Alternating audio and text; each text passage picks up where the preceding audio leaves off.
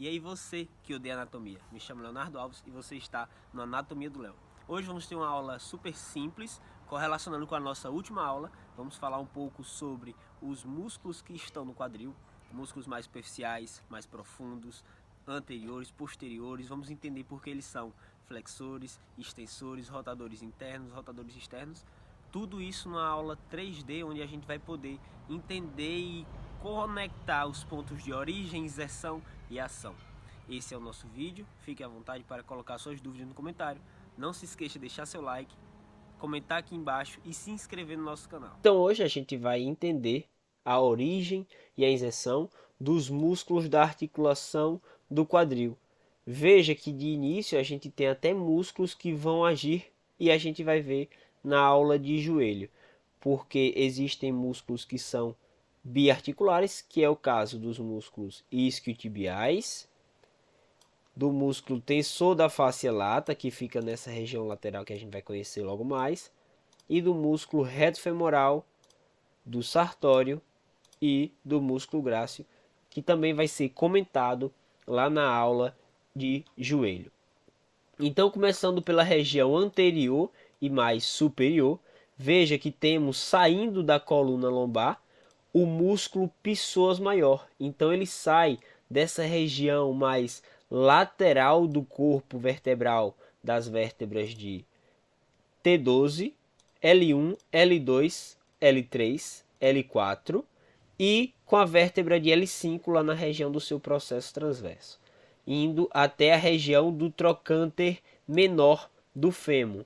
Vale ressaltar que junto com o músculo ilíaco, que sai da região fossa ilíaca e vai também até a região do trocânter menor, esses dois músculos correlacionados fazem então o que a gente conhece o músculo chamado de iliopsoas. Vale ressaltar que muito se discute a relação do psoas na coluna lombar, uma vez que ele, quando entra em um espasmo, uma tensão, uma hiperativação, ele tende a tracionar a coluna lombar para frente e para baixo, gerando uma alteração mecânica nessa articulação. Vejam que também temos aqui o músculo muito esquecido, que é o psoas menor, que sai da região de T12 e vai até essa região do arco iliopectíneo, que é uma estrutura de tecido conjuntivo, que fica nessa região inguinal. Descendo, indo para a região inferior, na região da coxa, temos então o músculo sartório. Veja que o sartório vai sair da espinha ilíaca antero-superior. Superior começa com a letra S e o sartório começa com a letra S. Isso eu falo porque o músculo retofemoral, que está na região mais inferior e lateral em relação ao sartório, sai da região da espinha ilíaca antero-inferior. O sartório, por sua vez, cruza a região da coxa e vai até a região medial da tuberosidade anterior da tíbia. Daqui a pouco vamos dar um nome para essa região. E quando falamos do reto femoral, ele sai da região da espinha ilíaca antero e inferior e vai até a região da base da patela, que forma então, é um músculo que faz parte do quadríceps, que são compostos pelas 4 cabeças que a gente vai ver na aula de joelho.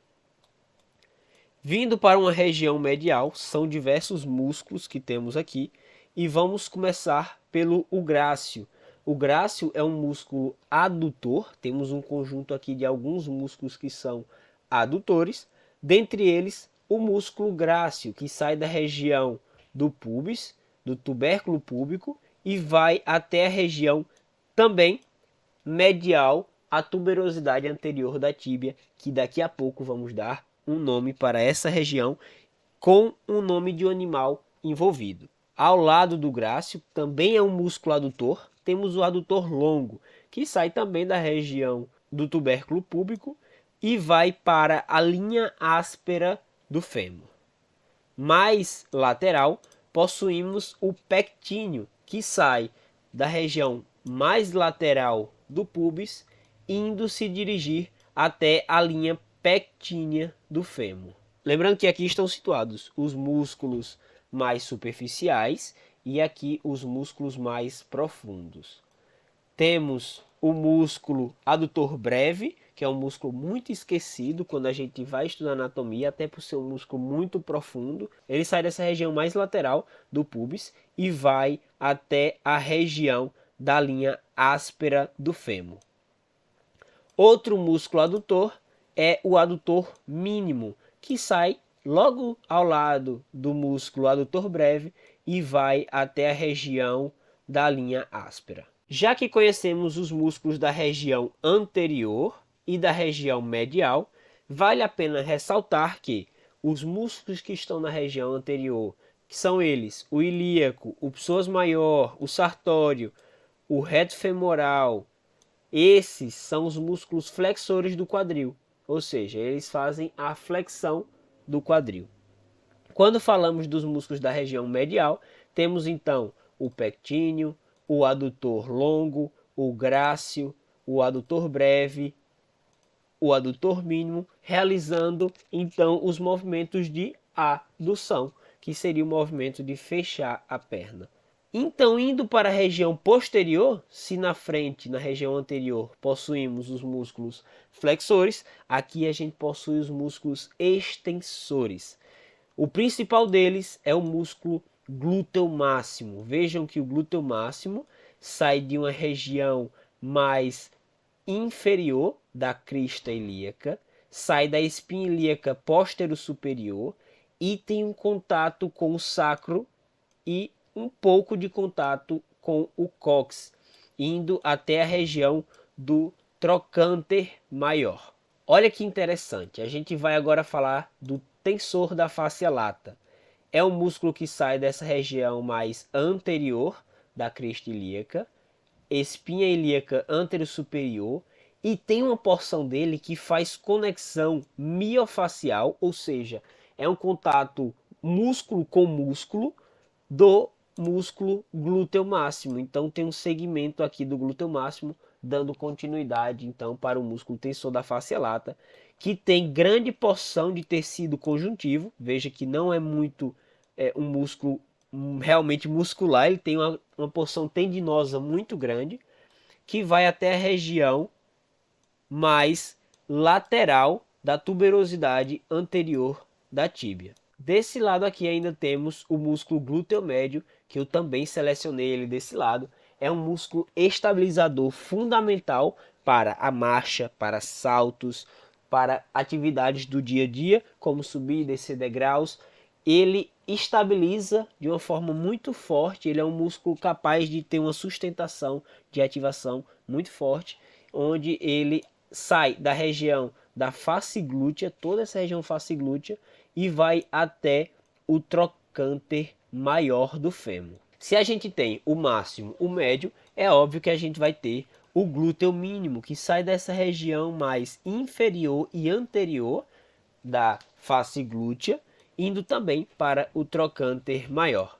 Já que vimos então que esses músculos anteriores são os músculos flexores, os músculos mediais são adutores, os músculos posteriores, repetindo, são extensores e os músculos laterais são abdutores. Dessa forma, o glúteo máximo, o glúteo médio, o tensor da fáscia lata e o glúteo mínimo, os últimos músculos que nós vimos, são músculos extensores, abdutores e também, a gente vai ver isso mais à frente, rotadores externos. Tem a capacidade de fazer uma rotação externa do fêmur. Esses músculos mais profundos que a gente vê aqui é o famoso músculo piriforme, tão conhecido em alguns casos de síndrome do piriforme, que tem a capacidade de gerar uma compressão lá no nervo ciático, sai da região da face pélvica do sacro, essa região mais anterior do sacro, e vai também até o trocânter maior. E nós temos o gêmeo superior, que sai da região mais superior do tubo isquiático e vai até o trocânter maior do fêmur. Já que nós temos então o gêmeo superior, temos também o gêmeo inferior, que sai da mesma região e vai para a mesma região do trocânter maior. Mais abaixo nós temos o quadrado femoral, que sai da região do tubo isquiático e vai também até o trocânter maior do fêmur. Para ficar claro, os músculos que vão para o trocânter menor são poucos, são apenas o ilio-psoas, o psoas maior e o músculo ilíaco. Porém, que vão para o trocânter maior são diversos. São o glúteo máximo, o glúteo médio, o glúteo mínimo, o piriforme, o gêmeo superior, gêmeo inferior, quadrado femoral e esse que a gente vai falar agora, que é o obturador interno, que sai da região do forame obturado e vai até o trocânter maior. Esses músculos, se a gente for imaginar um vetor de força, eles têm a capacidade de puxar o fêmur rodando externamente. Imagine que aqui é uma região posterior. Se a gente puxar ele aqui, ele vai ter a capacidade de fazer uma rotação externa. E para finalizar nossa aula e finalmente falar o nome daquela região no joelho, que tem um nome de um animal, temos então que falar dos músculos isquiotibiais na região posterior da coxa. Temos saindo do tubo isquiático a cabeça longa do bíceps femoral, o semitendíneo e o semimembranoso.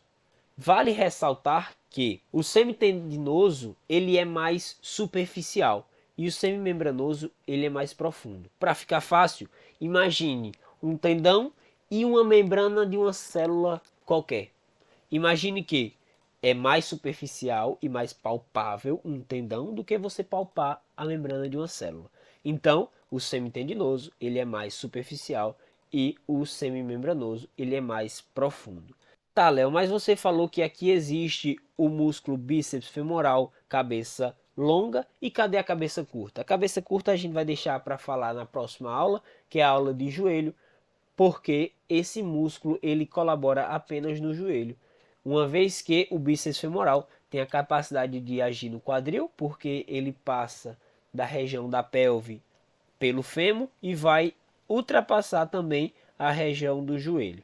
Enquanto o bíceps da cabeça curta, ele sai da região do fêmur e cruza apenas a articulação do joelho. E por fim, indo lá para a região medial da tuberosidade anterior da tíbia, onde nós temos o músculo sartório, o músculo grácil e o músculo semitendinoso. Aqui possuímos a região chamada de pata de ganso. Então esses são os três músculos que compõem a região medial da tuberosidade anterior da tíbia, que é chamado de pata de ganso. O sartório, o grácil e o semitendinoso. Então essa foi nossa aula, espero que você tenha gostado. Temos então a possibilidade de você acompanhar uma prática maior com todo esse tema em anatomia musculoesquelética, voltada para artrologia, osteologia, músculos, origem, inserção, ação. Introduzimos já a cinesiologia. Eu tenho um curso gravado com certificado, acesso vitalício. Fique e aproveite, desfrute bastante do que a gente pode aprender juntos.